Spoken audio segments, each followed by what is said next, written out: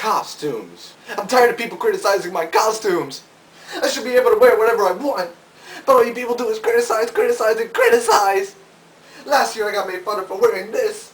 There is nothing feminine about wearing this for Halloween. This is a manly costume and you people make me sick. And I'm falling from grace now, like so many times before. All around me, the shadows growing as I try. Now here's an unusual customer and no mistake. Dr. James Blake pointed to Geoffrey with a subtle inclination of his pen as he and Dr. Lucinda Scott walked along Geoffrey's ward later that day. Came in last night, heart attack. Found in a hotel room after an anonymous caller contacted room service. James stopped Lucinda with a light touch on her arm. He arched an eyebrow. A young lady. How young? The two doctors regarded Geoffrey at a distance as he dozed amidst a nest of wires and tubes. Let's just say that when he checked in it was with his daughter, but when he checked out she had mysteriously disappeared. Lucinda grimaced slightly. Any family come forward, daughters or otherwise? James shook his head. Not yet. He had another attack on the gurney as the ambulance crew were bringing him in. We lost him for a bit, but managed to jump him back after a few jolts. How long did you lose him for? 40, 50 seconds, maybe more. Lucky man. James nodded. You don't need to tell him that. The chap's almost deliriously happy to be alive. So what's unusual about him? Surely a spot of delirious happiness isn't unusual, given the circumstances. No, indeed. Nothing unusual about that. But it's the stuff he's been coming out with about hell and damnation that's giving me cause for concern. I think we may have to send him over to psychiatric. Lucinda frowned. What sort of stuff? What's he been saying? James gave a wry smile. Ah, he's on a mission, Lucinda. A mission? What kind of a mission? Ask him yourself.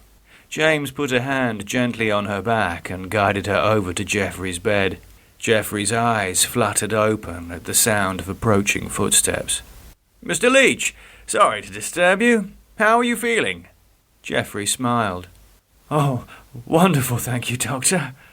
James came around to Geoffrey's bedside and raised a hand to indicate Lucinda. I've just been telling Dr. Scott here about your brush with the devil. Oh, not the devil, Doctor. I didn't actually have any contact with him.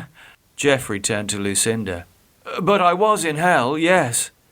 Lucinda smiled as she came around to the opposite side of the bed. Now then, Mr. Leach, I'm sure you've just suffered a particularly vivid nightmare. That, coupled with the trauma of a near-fatal heart attack. No, Doctor, Geoffrey interrupted. Please, forgive me. I don't mean to be rude, but you're mistaken. I died. I went to hell. I was in hell for an eternity. James glanced up from taking Geoffrey's pulse. You were only dead for a minute at most, Mr. Leach. Not exactly an eternity. Oh, there are no clocks in hell, Doctor, said Geoffrey. A minute or 1,000 years, it's all the same. Time is our construction, our way of ordering our world. Hell has its own order. Lucinda exchanged a discreet look with James. Go on, Mr. Leach. Geoffrey addressed himself to each of the doctors in turn. Well, I was the regular victim of a demon called Clive. I was his to torment forever. At least that's how it seemed. Clive? Lucinda sounded surprised. Yes, Clive. He was human once, but he died and went to hell. He became a demon. His body, or rather his soul, was transformed somehow. He left the tormented to become one of the tormentors. You see, demons, they don't burn and suffer like the ordinary damned. I see, said Lucinda. And so I asked him, Geoffrey continued, if it might be possible for me to be like him, and that's when he gave me my mission. Oh, what mission is that? Asked Lucinda. I have to kill a man. Geoffrey's voice quavered slightly. It's the will and command of Satan himself. He communicated the information to Clive, and Clive communicated it to me." "How do you mean communicated it?"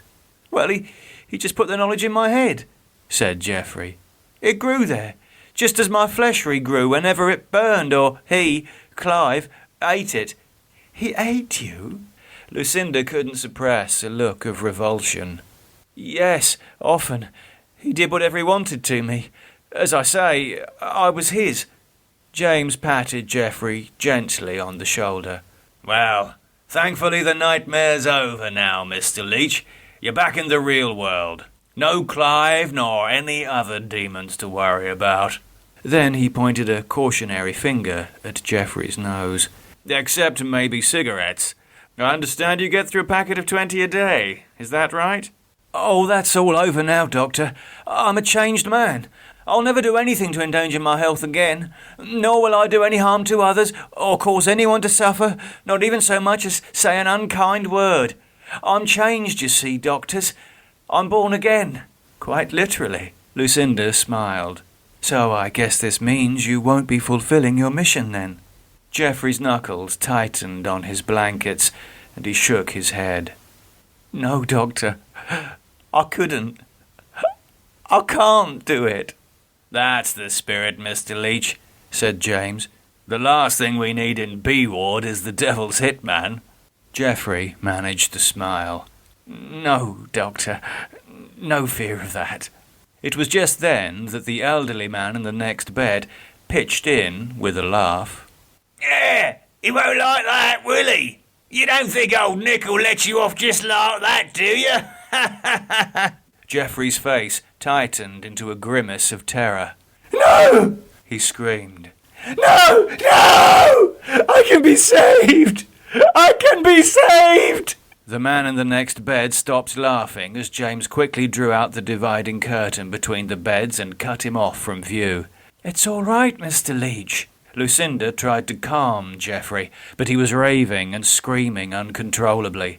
Nurses were running over now. They moved in quickly and eased Geoffrey back against his pillows.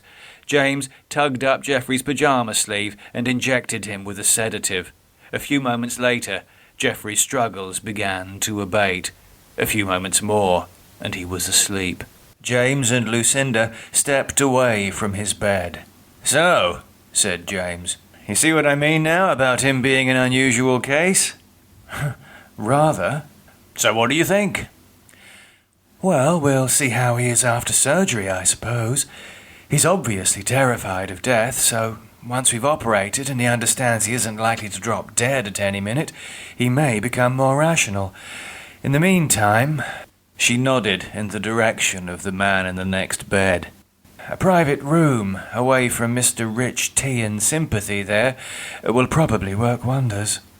"Yes, but still, quite an elaborate delusion, eh?" "Oh, yes. Maddest thing I've ever heard." She chuckled.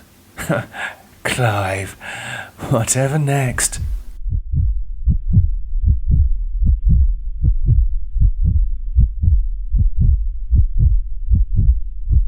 That night, Geoffrey dreamt of the image Clive had planted in his mind whilst simultaneously feasting on it. He saw again the face of his designated victim. The man's mouth was moving, but the voice that issued from it was Clive's. "This is the face of your mission on Earth, Leech. This is the face of the man you must kill. And provided you have spunk enough to rise to the task, before you dispatch him, you must say these words. Hallelujah! I am your salvation. When you do this, you will die again. But this time you will return to hell in triumph." Then the voice changed to that of another, growing deeper and more commanding. Geoffrey whimpered as he heard again the voice of Satan in his mind.